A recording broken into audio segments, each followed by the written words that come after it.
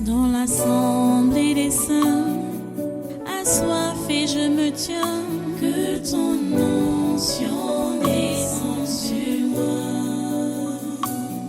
Conscient que mon destin est dans le creux de ta main, que ton onction descende sur moi. Je suis disposé, assoiffé, que ton onction descende sur moi. Je suis disposé, assoiffé,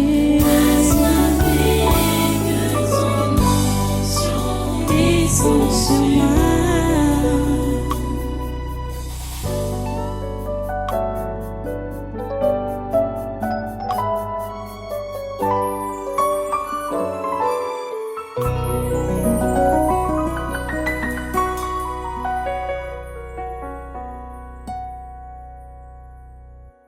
Reste debout, nous allons maintenant prendre notre lecture biblique pour aujourd'hui. On repart dans Jean au chapitre 6, l'évangile de Jean, chapitre 6.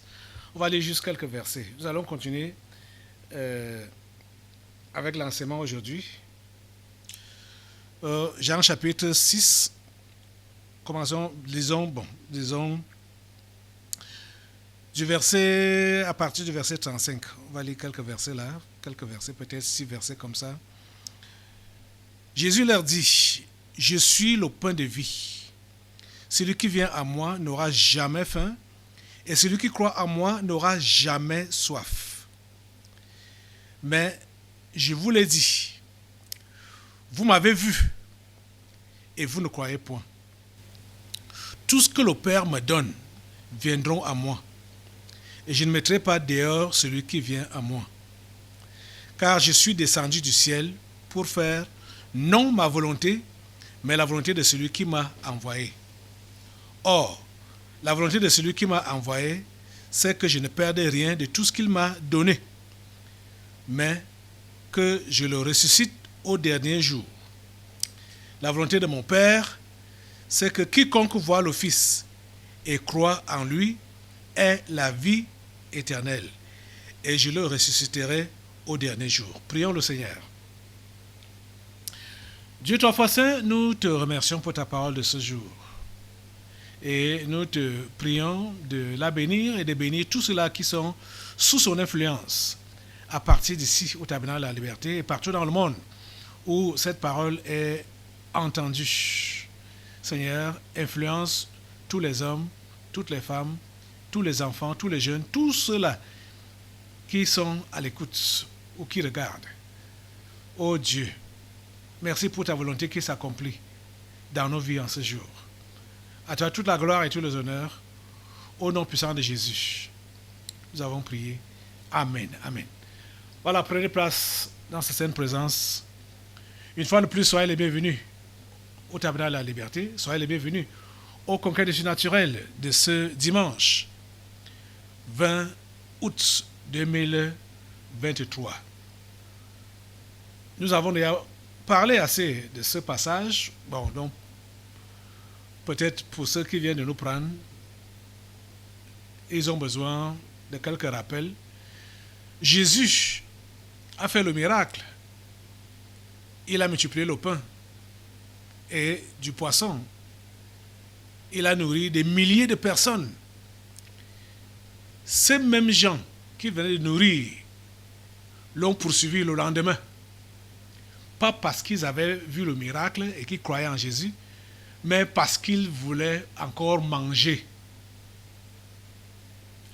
Ils ne suivaient pas Jésus parce que Jésus leur avait dit qui il était et ils croyaient donc en qui il était, mais ils suivaient Jésus parce qu'ils voulaient manger pour que Jésus-Christ puisse rencontrer leurs besoins. Tu viens ici à l'église pour quelle raison? Tu dis que tu as cru en Jésus pour quelle raison?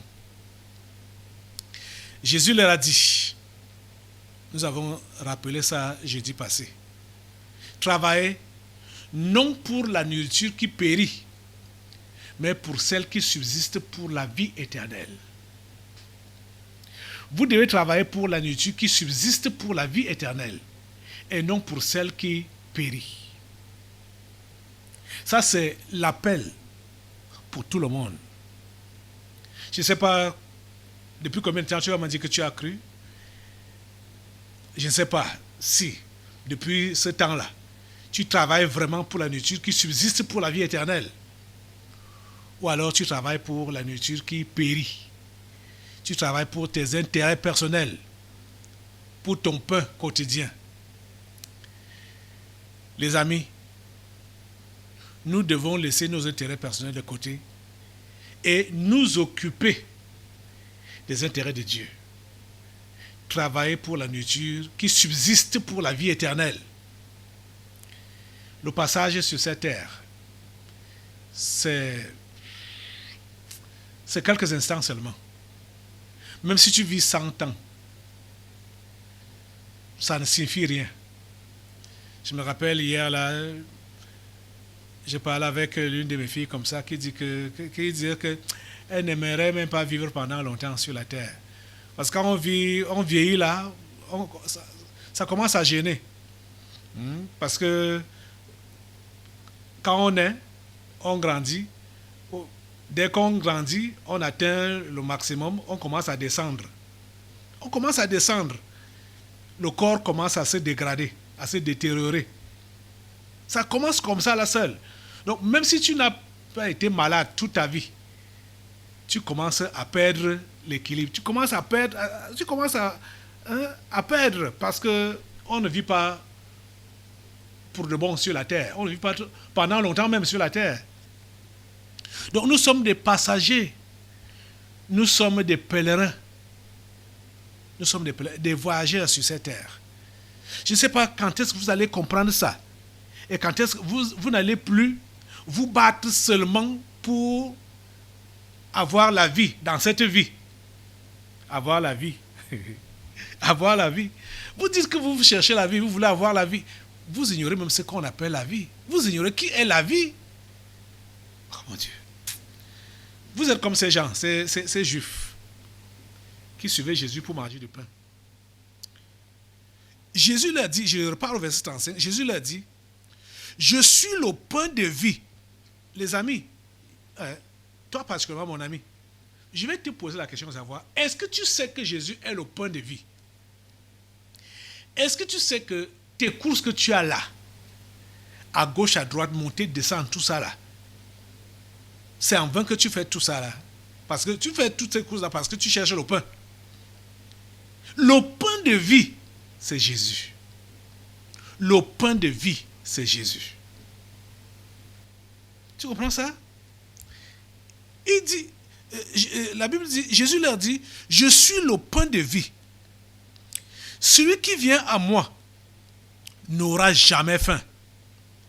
Et celui qui croit en moi n'aura jamais soif.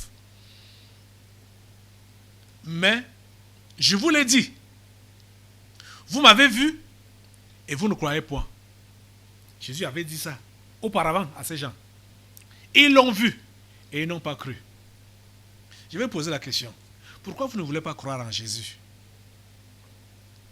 Ce qu'on vous prêche, ce qu'on vous enseigne ici, là, ce n'est pas des racontages. Ce n'est pas des histoires en l'air. C'est la vérité. Jésus-Christ est le pain de vie. Jésus-Christ est la vie. Jésus-Christ est tout ce qu'il te faut. Mets Jésus au centre de ta vie. Mets Jésus au centre de tes préoccupations. Mets Jésus au centre de ton existence. C'est lui qui est tout. Tu ne vois pas que quand tu es dans un besoin et tu arrives à voir ce besoin-là comblé, c'est comme si un nouveau vide se crée en toi. Oui, un nouveau vide se crée en toi parce qu'il y a un autre besoin qui surgit. On n'est jamais comblé par des choses. Jamais. La seule personne qui nous comble véritablement, ce n'est que Jésus. Jésus est tout ce qu'il te faut. Maintenant, demain après-demain et pour l'éternité, c'est de Jésus dont tu as besoin. J'ai dit, c'est de Jésus dont tu as besoin. Je t'assure. Certains vont penser que, bon, ils vont mieux servir Jésus, ils vont mieux l'aimer quand il va les guérir de leur maladie. Je te dis que même dans ta maladie, tu dois aimer Jésus jusqu'au dernier degré. Parce que ce n'est pas sûr que quand tu seras guéri de cette maladie-là, tu vas l'aimer.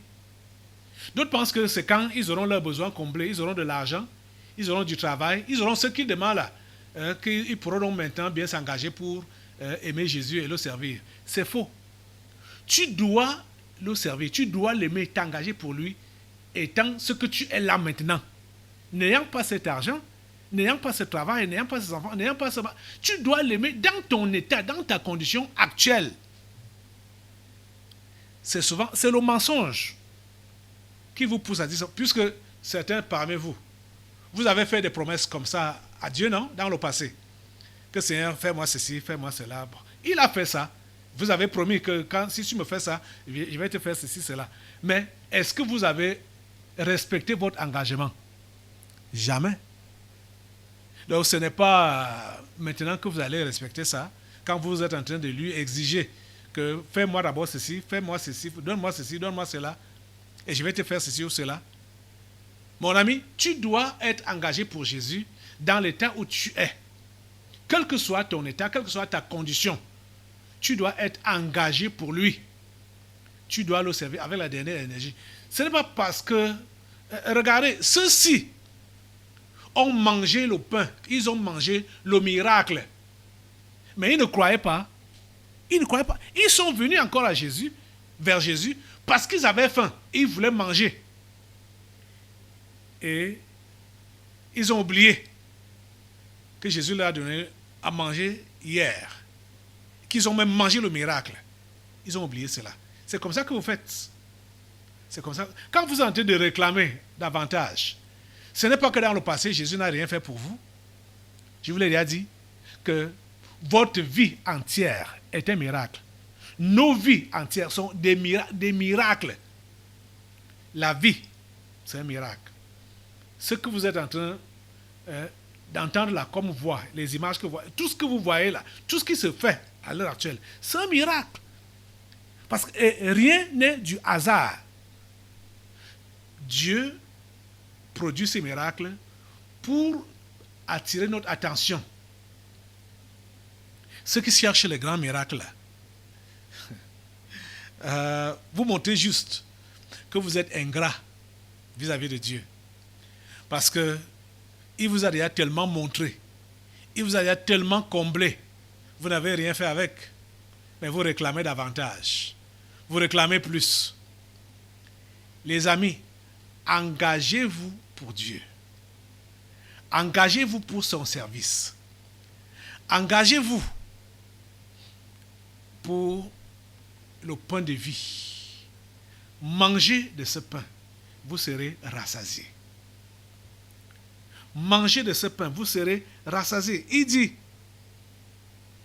je suis le pain de vie, celui qui vient à moi n'aura jamais faim. Et celui qui croit en moi n'aura jamais soif. On a compris, à partir de ce verset 35, que Jésus veut juste dire que celui qui croit en lui, ou celui qui vient à lui, et celui qui croit en lui, il n'aura pas les soucis de cette vie. Il n'aura pas les soucis de cette vie. Les soucis de cette vie se résument autour du manger, du boire, du vêtement, du bien-être. Voilà les soucis de cette vie. Mais celui qui est venu à Jésus et qui croit en lui n'a pas les soucis de cette vie. Voilà le vrai croyant. Mais celui qui croit en Jésus, pourtant, c'est lui qui se plaint au quotidien de sa vie, comment les choses ne marchent pas. C'est lui qui dit qu'il ne mange pas à sa faim, qui se plaint. Il n'a pas de l'argent pour payer soit ses dettes ou payer les factures rencontrer ses besoins. Il n'a pas d'argent pour faire ceci ou cela. Il dit qu'il est chrétien, mais il se plaint de ces choses-là. C'est un gros païen. Il n'est pas chrétien. C'est un païen. C'est un païen, entièrement païen. Jésus l'a dit clairement dans l'évangile de Matthieu. Quand on lit au chapitre 6 de Matthieu. Allons là-bas. Matthieu chapitre 6. Jésus a été clair. Les soucis, celui qui est dans les soucis pour les choses de cette vie, c'est un païen. Même s'il est né à l'église, il a grandi à l'église, il dort à l'église, il fait tout à l'église, c'est un gros païen. Tant que tu as les soucis de cette vie et pour cette vie. Matthieu chapitre 6, à partir du verset 24, voici ce que Jésus dit. Nul ne peut servir deux maîtres, ou il haïra l'un et aimera l'autre, ou il s'attachera à l'un et méprisera l'autre. Vous ne pouvez servir Dieu et Mammon. Mammon, c'est le Dieu de l'argent. Verset 25. C'est pourquoi je vous dis, ne vous inquiétez pas pour votre vie, de ce que vous mangerez, ni pour votre corps, de quoi vous serez vêtus. La vie n'est-elle pas plus que la nourriture et le corps plus que le vêtement? Regardez les oiseaux du ciel. Ils ne sèment ni ne moissonnent, et ils n'amassent rien dans les greniers, et votre Père céleste les nourrit. Ne valez-vous pas beaucoup plus qu'eux? Qui de vous, par ses inquiétudes, peut ajouter une coudée à la durée de sa vie? Et pourquoi vous inquiétez-vous? Et pourquoi vous inquiétez au sujet du vêtement? Considérez comment croissent les lits des champs. Ils ne travaillent ni ne filent. Cependant, je vous dis que Salomon même, dans toute sa gloire, n'a pas été vêtu comme l'un d'eux. Si Dieu revêt ainsi l'herbe des champs qui existe aujourd'hui et qui demain sera jetée au four, ne vous vêtira-t-il pas à plus forte raison, gens de peu de foi? Ne vous inquiétez donc point, et ne dites pas que mangerons-nous, que boirons-nous, de quoi serons-nous vêtus? Car toutes ces choses, ce sont les païens qui les recherchent. Car toutes ces choses, ce sont les païens qui les recherchent. Verset 32. Car toutes ces choses, ce sont les païens qui les recherchent. Votre Père céleste sait que vous en avez besoin. Verset 33. Cherchez premièrement le royaume et la justice de Dieu, et toutes ces choses vous seront données par-dessus. Verset 34. Ne vous inquiétez donc pas du lendemain, car le lendemain aura soin de lui-même. À chaque jour suffit sa peine. Le vrai chrétien sait que le lendemain aura soin de lui-même. Le vrai chrétien n'a pas faim. Le vrai chrétien n'a pas soif. Le vrai chrétien est satisfait par Jésus. Il n'a pas les soucis de cette vie. Il n'est pas dans les inquiétudes. Voilà le vrai chrétien. Ou encore mieux, voilà le chrétien. Parce que quand on dit vrai chrétien, c'est comme s'il y avait des faux chrétiens. Être chrétien, c'est être chrétien. Vous voyez que les religieux nous font dire des choses. Ou maintenant on parle de vrai et de faux. Mais le vrai chrétien alors, il ne connaît pas les inquiétudes. Écoutez très bien, je dis que le vrai chrétien ne connaît pas les inquiétudes. Il peut avoir les besoins, mais ces besoins ne l'inquiètent pas. Il n'a pas de soucis. Il n'a pas de soucis. Parce qu'il sait que son Dieu prend soin de lui. La seule chose qui le préoccupe, c'est de faire avancer le royaume de Dieu. Mon ami, j'aimerais que ce matin, tu puisses t'engager de cette façon-là pour dire que, à partir d'aujourd'hui, mon seul souci doit être l'avancement du royaume de Dieu. Que les âmes soient sauvées, que les âmes soient édifiées. Ça doit être ta préoccupation. Faire avancer le royaume de Dieu. Gagner les âmes au Seigneur. Fortifier celles-là qui sont affaiblies. Encourager celles-là qui sont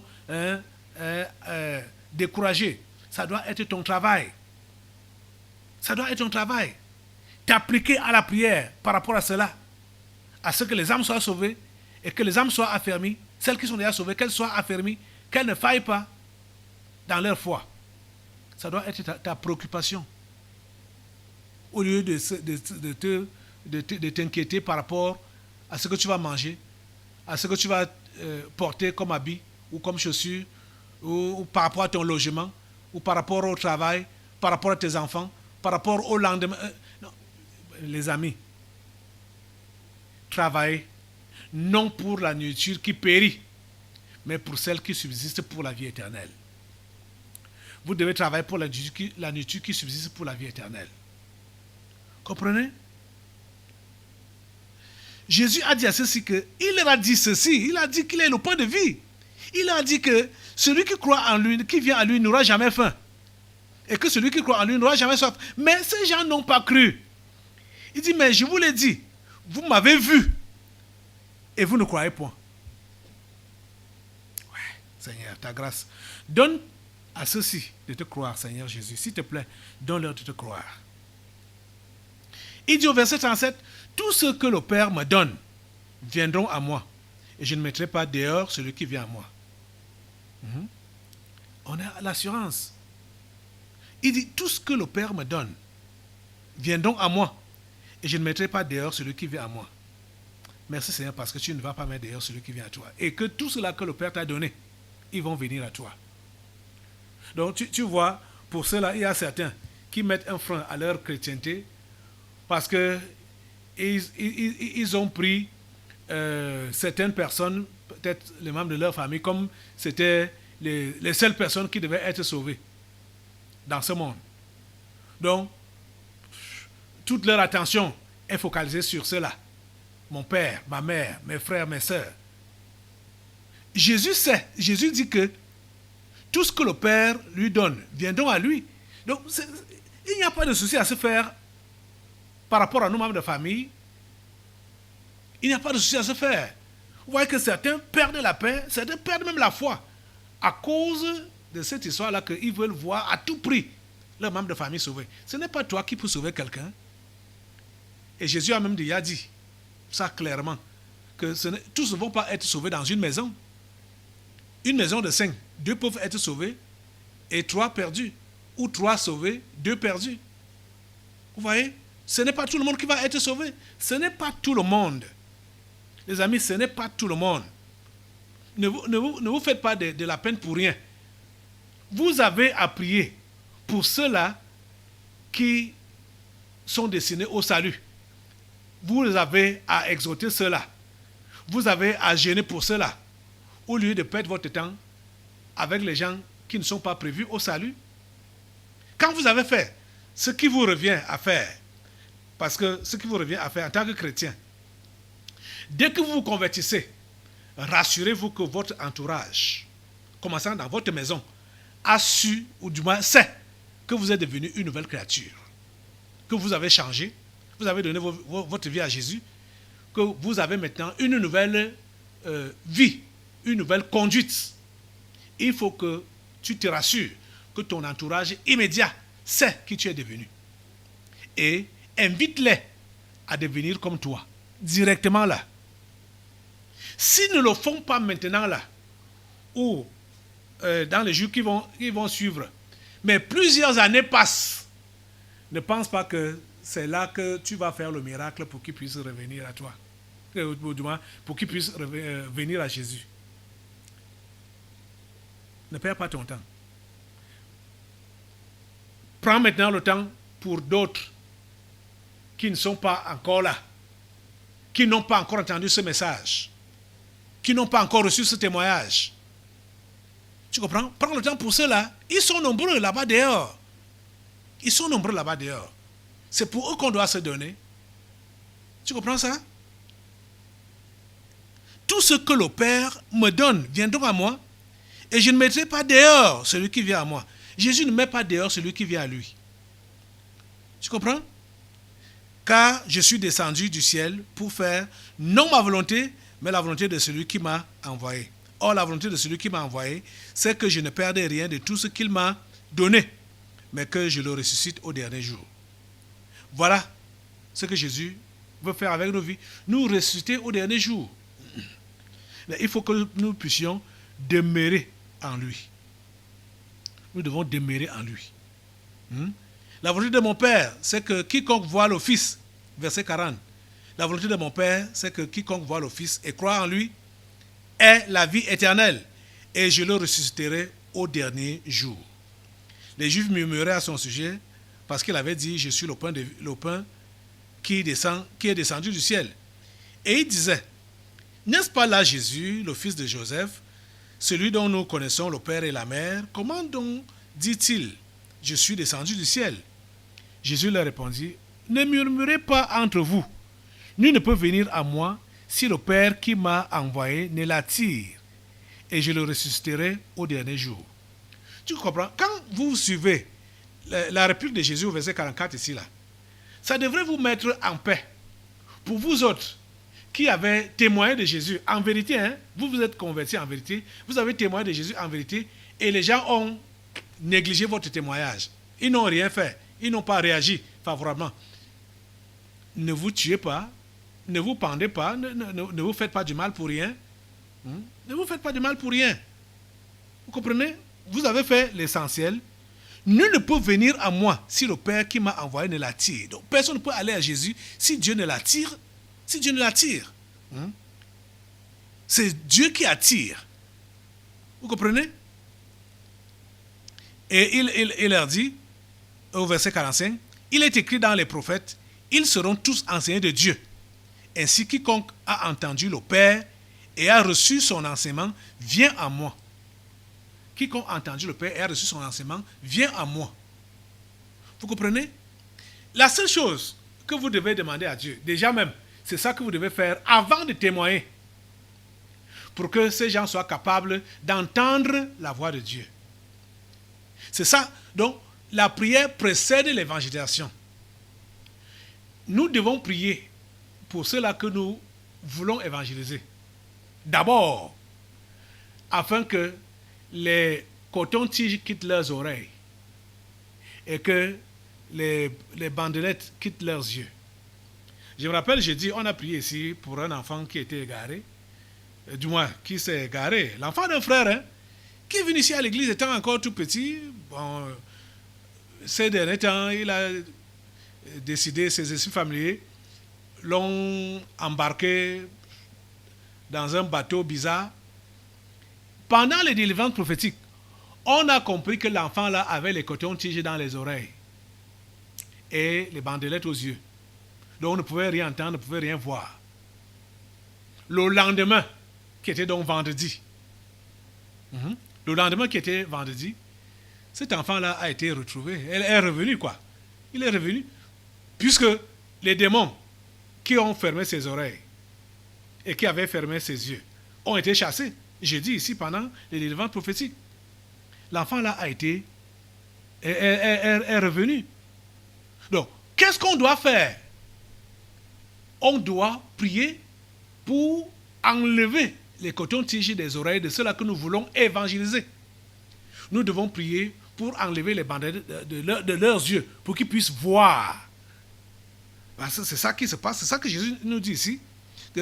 Il est écrit dans les prophètes, ils seront tous enseignés de Dieu. Ainsi, quiconque a entendu le Père et a reçu son enseignement, vient à moi. Donc il faut que les gens entendent la voix du Père. Jésus a dit que mes brebis entendent ma voix et elles me suivent.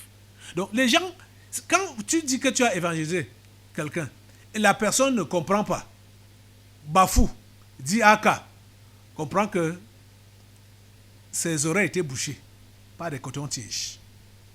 Ses oreilles étaient bouchées. Ce que tu dois faire, c'est de prier pour que, avant d'évangéliser, c'est de prier pour que les cotons-tiges là quittent leurs oreilles. Les païens que tu veux évangéliser. Vous voyez, je crois, au niveau de l'intercession, il faut vraiment noter cela. À chaque culte, à chaque intercession, priez pour les auditeurs, les participants, pour que les cotons-tiges quittent leurs oreilles, pour qu'ils entendent la voix de Dieu, pour répondre à son appel. Et que leurs yeux s'ouvrent pour qu'ils puissent voir. C'est ça que nous avons à faire envers les païens. Vous comprenez? Verset 46. c'est que nul n'a vu le Père, sinon celui qui vient de Dieu. Celui-là a vu le Père. Verset 47. En vérité, je vous le dis, celui qui croit en moi a la vie éternelle. Au verset 48, il répète encore, je suis le pain de vie. Verset 49, vos pères ont mangé la manne dans le désert et ils sont morts. C'est ici le pain qui descend du ciel, afin que celui qui en mange ne meure point. Le pain qui descend du ciel. Verset 51, je suis le pain vivant qui est descendu du ciel. Si quelqu'un mange de ce pain, il vivra éternellement. Et le pain que je donnerai, c'est ma chair que je donnerai pour la vie du monde. Là-dessus, les Juifs disputaient entre eux, disant, comment peut-il nous donner sa chair à manger? Jésus leur dit, en vérité, je vous le dis, si vous ne mangez la chair du Fils de l'homme, et si vous ne buvez son sang, vous n'avez point la vie en vous-même. Celui qui mange ma chair et qui boit mon sang a la vie éternelle, et je le ressusciterai au dernier jour. Car ma chair est vraiment une nourriture, et mon sang est vraiment un breuvage. Celui qui mange ma chair et qui boit mon sang demeure en moi, et je demeure en lui. On a compris que la chair de Jésus, c'était quoi? C'est la parole.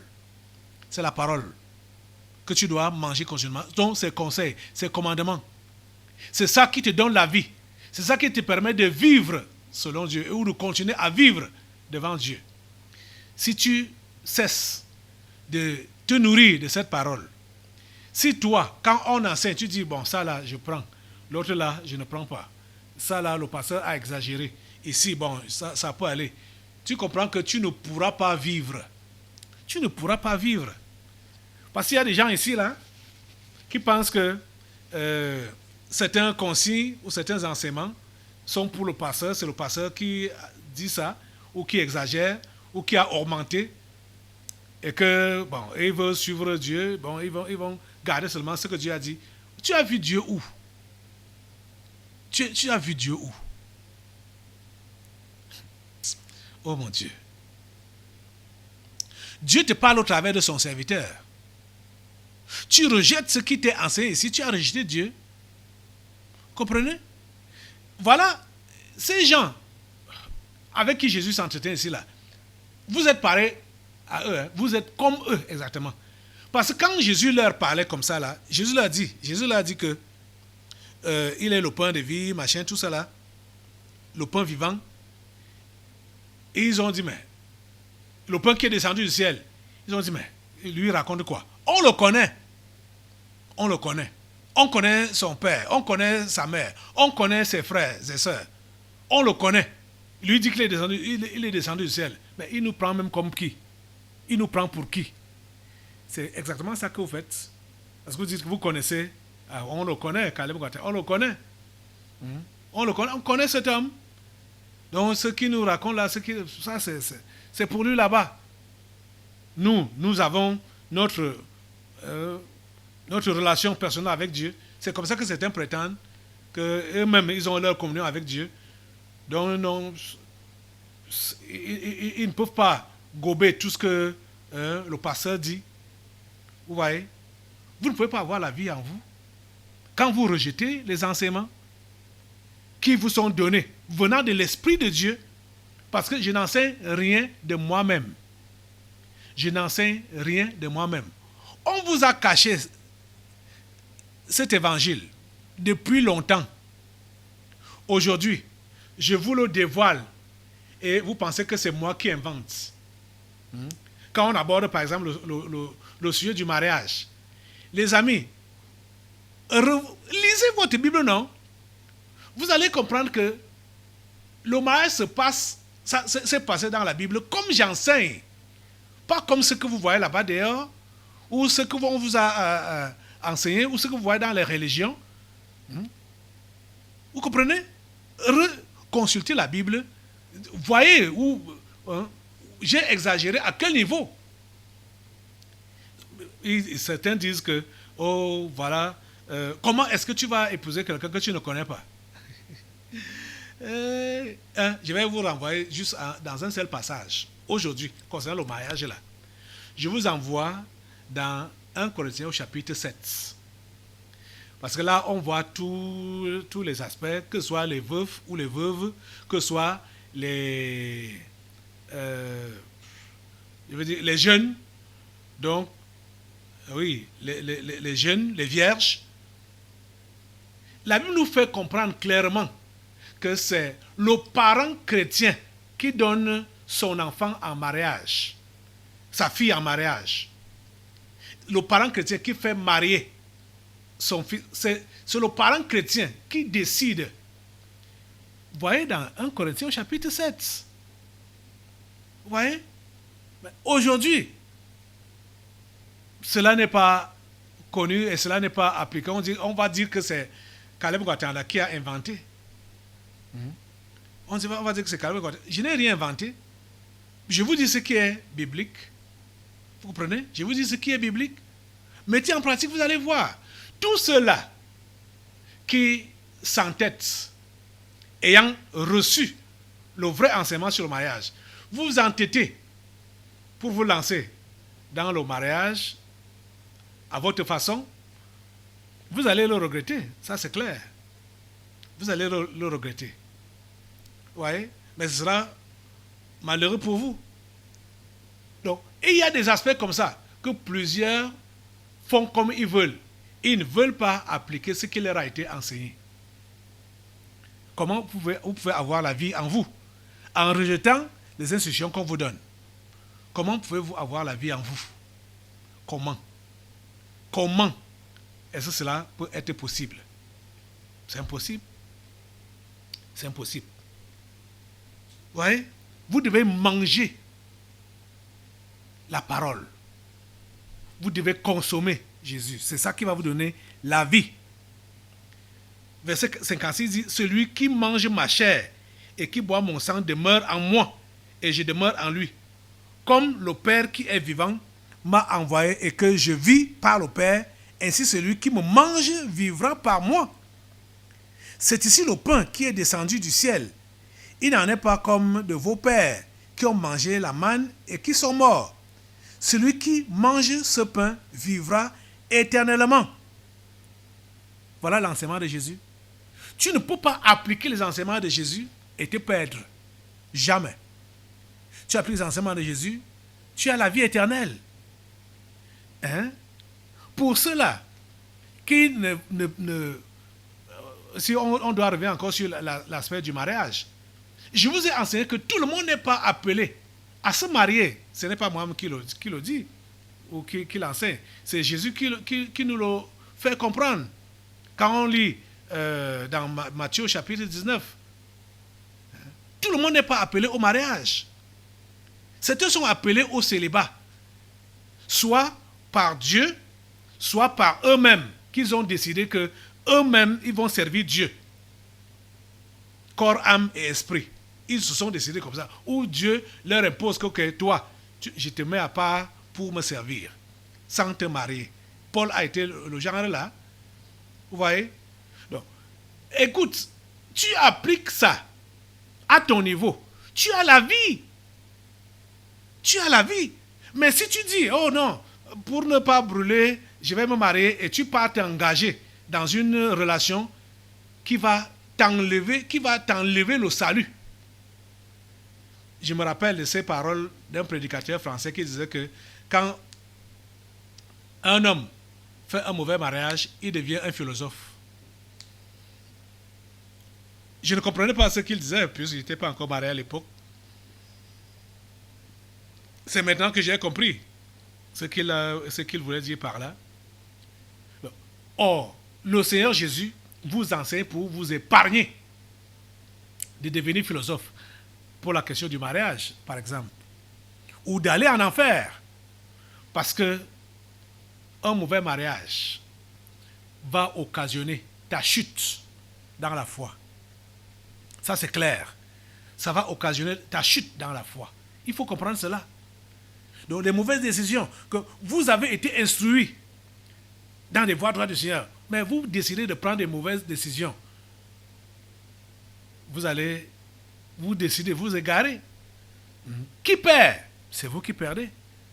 Pourquoi? Parce que vous avez refusé de manger le pain de vie. Vous avez refusé de manger la parole tel que cela vous a été donné. S'il vous plaît, revoyez en vous-même, vous qui triez ce qui est acceptable pour vous et qui rejetez ce que vous ne voulez pas. Faites attention. Faites attention. Vous êtes en train de rejeter le pain de vie. Ce n'est que par ce pain-là que vous pouvez avoir la vie. Vous comprenez? Jésus est la parole. La parole de Dieu. La parole de Dieu. Ok. Verset 60 nous dit, plusieurs de ses disciples, après l'avoir entendu dire, cette parole est dure. Qui peut l'écouter? Vous voyez que au temps de Jésus lui-même, les gens ont dit que son enseignement était dur. C'est ça que vous dites souvent. C'est ça que vous dites. Que cet homme, son enseignement est dur. Ils ont dit, cette parole est dure. Qui peut l'écouter? Jésus, sachant en lui-même que ses disciples murmuraient à ce sujet, leur dit, cela vous scandalise-t-il? Et si vous voyez le Fils de l'homme monter où il était auparavant? Verset 63. C'est l'esprit qui vivifie. La chair ne sert de rien. Les paroles que je vous ai dites sont esprit et vie. Vous comprenez? Qu'est-ce qu'on comprend? C'est que les gens préfèrent satisfaire la chair au lieu de l'esprit. Jésus dit que la chair ne sert de rien. Toutes les décisions que tu veux prendre contre la parole de Dieu, c'est pour satisfaire la chair. Mais comprends aujourd'hui que la chair ne sert de rien. Les paroles de Jésus-Christ, c'est ça qui est esprit et vie. Tu prends, ça dit l'exemple n'importe où. Par exemple, au niveau des excès, du manger et du boire. Au niveau du péché sexuel. Au niveau de la grandeur de la vie, l'aisance et tout ça, là, le bien-être. Qu'est-ce qu'on veut satisfaire? C'est la chair qu'on veut satisfaire. C'est la chair qu'on veut satisfaire. Jésus nous enseigne que la chair ne sert de rien. La chair ne sert de rien. Comprends ça? La chair ne sert de rien. Nous devons écouter les paroles de Jésus qui sont esprit et vie et les mettre en pratique. Et nous allons vivre. Vous avez compris? Quel que soit comment on peut estimer la dureté de cette parole. Ceux qui estiment que la parole de Dieu est dure, c'est juste les désobéissants. Ce sont juste des rebelles. Quelle est ta conception de la parole? Estimes-tu que c'est dur? Elle n'est pas dure. Cette parole n'est pas dure. Tu comprends? Elle n'est pas dure. Tu peux bien la mettre en pratique. On voit au verset 64 que, mais il en est parmi vous, Jésus qui dit, il en est parmi vous quelques-uns qui ne croient point. Car Jésus savait dès le commencement qui étaient ceux qui ne croyaient point et qui était celui qui le livrerait. Vous voyez? Donc, ceux-là qui disent que c'est dur, c'est juste parce qu'ils ne veulent pas croire.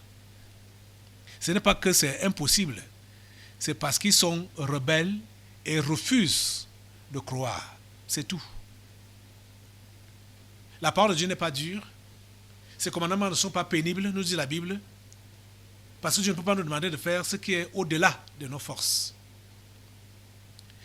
Tu vas te lever ce matin et prier Dieu pour qu'il donne la grâce de toujours consommer sa parole, ce pain de vie, afin de vivre par lui, par ce pain. De ne pas trier et de ne pas considérer que c'est dur et de fuir. Parce que dans la suite, on va voir que plusieurs ne le suivaient plus. Plusieurs se sont retirés parce qu'ils estimaient que la parole était dure. Ils ont préféré aller satisfaire la chair. Oui. Lève-toi et prie Dieu qui donne la grâce d'aller jusqu'au bout, d'obéir à la parole, de la pratiquer au quotidien, de vivre par elle, d'avoir la vie par elle et de travailler donc pour elle, donc pour le pain de vie, la nourriture qui subsiste pour la vie éternelle. Merci Seigneur d'accorder cette grâce-là à tes enfants ce matin. À toi toute la gloire et tous les honneurs. Au nom puissant de Jésus, nous avons prié. Amen. Assois-toi, nous allons maintenant passer aux délivrances prophétiques. Dans l'assemblée des saints, assoiffé je me tiens, que ton onction descende sur moi. Conscient que mon destin est dans le creux de ta main, que ton onction descende sur moi. Je suis